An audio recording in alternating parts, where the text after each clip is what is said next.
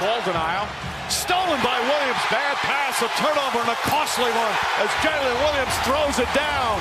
It was at this moment in the game when I, and probably everyone watching, thought the game was over. Up by 15 points with just under 10 minutes remaining, apparently there was a 98% chance of the OKC Thunder winning the game. And that's what it felt like, because it was less about the time or the score, and more about Indiana's ability to create offense. Indiana's ability to look comfortable at all against OKC, with the Thunder defense forcing turnover after turnover after turnover, forcing Indiana into their most turnovers in a first half all season long. So how exactly were the Pacers all of a sudden going to overcome a 15-point deficit against the best team in the NBA in their arena? Oh, the same way they've overcome deficits every single round of these playoffs. Yeah, they did it again. And more importantly, he did it again. Was there any doubt the moment the ball touched Tyrese Halliburton's hands after the missed shot from Shea that he was going to make the shot? I didn't know how, I didn't know when, but I knew one thing. There is not a single player on the planet who you would rather the ball in the hands of with 8 seconds remaining than Tyrese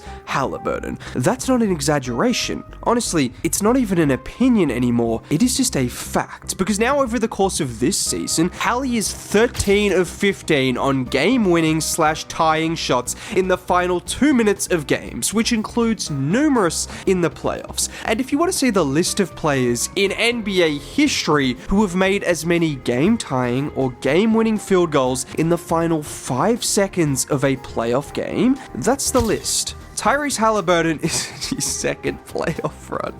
He has played 32 playoff games. LeBron and Reggie Miller played a combined 430 playoff games to reach those kind of numbers, and Tyrese has done it in 30. It is no exaggeration to say that this is the most insane playoff run we have ever witnessed from one player and one team. The drama, the comebacks, the underdog stories. I know people keep reminding us that Indiana and Oklahoma aren't big markets, but if you care about basketball or just sports in general, you will realize it is special what is happening right now, and it is special that Indiana did it again on the biggest of stages in the toughest arena to play in the league. And there's no better place to start than the moment in which OKC looked like they had the game sealed. Following this Jalen Williams dunk, that is when the Pacers decided to make their push, and just like we've seen all playoffs long, it wasn't just Tyrese or Pascal, it was all the other guys. I mean, how many guys can attack Alex Caruso off the dribble, absorbing the contact,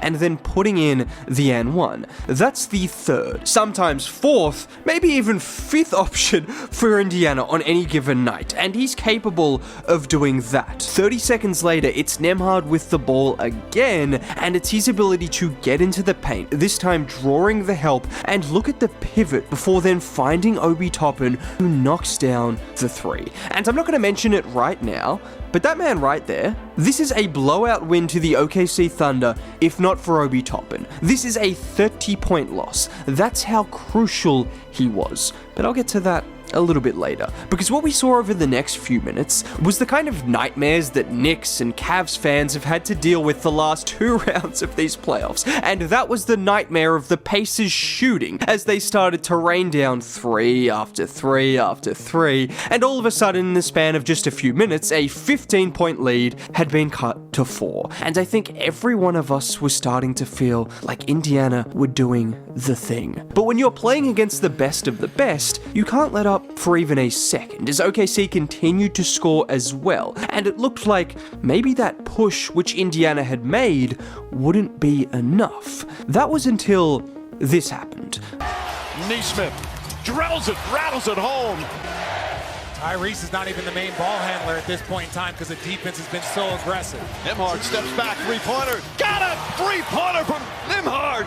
Back-to-back shots. The two guys who are the unsung heroes of this starting lineup. The two guys who work tirelessly on defense all game long, every game long. And well, as you can see, two guys who are capable of much more than just playing defense. And all of a sudden, with 2 minutes remaining, we had a game separated by 1 possession, and just like great teams do, the Thunder answered again, as Nesmith was blocked by Dort at the rim before Shea got the loose ball, pushed the pace, and just the ability to slow his step before attacking Toppin, and the craftiness of the finish. But following that shot, Indy pushed the pace, and with Caruso eager to force a turnover, he fouled Nembhard, instead sending him to the line as he knocked down a couple more free throws. And it was at this point when the Eastern Conference Finals MVP decided to make an appearance, starting by making a huge defensive play blocking Shea at the rim. Before off the Nembhard missed three, he was there to do the dirty work, getting the offensive board and putting it back in. And it was at this point where we saw those two underrated players I just mentioned making big plays again. Initially, the ball gets swung to J-Dub against Nesmith, and look at Nesmith not give him an inch of space, forcing him into a tough contested floater of sorts. But with the Thunder forcing an extra possession out of it, Indiana needed one more stop, and this time it was Shea. But Nembhard did just enough, using his upper body strength to force Shea into a slightly off-balance shot that also there was a bit of luck involved with that miss, but a miss nonetheless. And as I said earlier in the video, after the ball found its way into the hands of that man, everyone who has watched any game during these playoffs, or even has seen any House of Highlights clips, knew what was about to happen. And for the fourth time these playoffs, the Pacers have done something that is historic, becoming the first team in finals history to win when trailing by 9+ points with less than 3 minutes remaining, which they have done in every single round these playoffs. You heard me. Every single round. And like we've seen in every one of these games before, there was Tyrese making the clutch shot, but there was the unsung hero, the guy who allowed Tyrese to make that shot because of what they did before that moment. Last round it was Nesmith in game 1.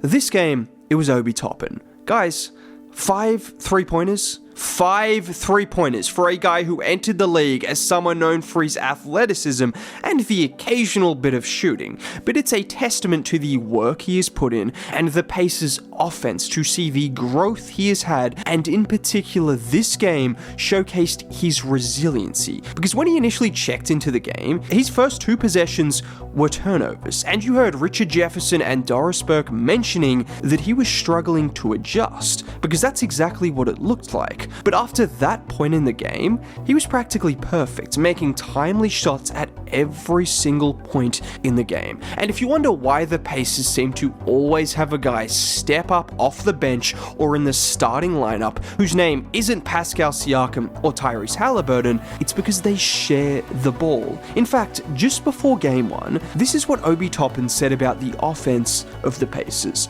All these guys are willing to give up the ball. It's fun. You don't want to just sit in the corner and watch one guy dribble the ball the whole game. And none of us are NBA players, but we've all heard players talk about the importance of rhythm, the importance of touching the ball and being involved in the offense when it comes to playing their best basketball. And it's a reason why a guy like Tyrese Halliburton is so special. And it's a reason why everyone around him plays to the best of their ability, because he has the rare combination of being able to create advantages all game long, but still doing it in a way where he is empowering his teammates, which in turn empowers them to work harder on defense. And when they need to come up big in the right moments, that's exactly what they do, because they're built for it. Now, if you made it all the way to the end of the video and want to see more content like this, consider subscribing. It's free. Dropping a like on the video would be cool. Most importantly, have a great day. Bye.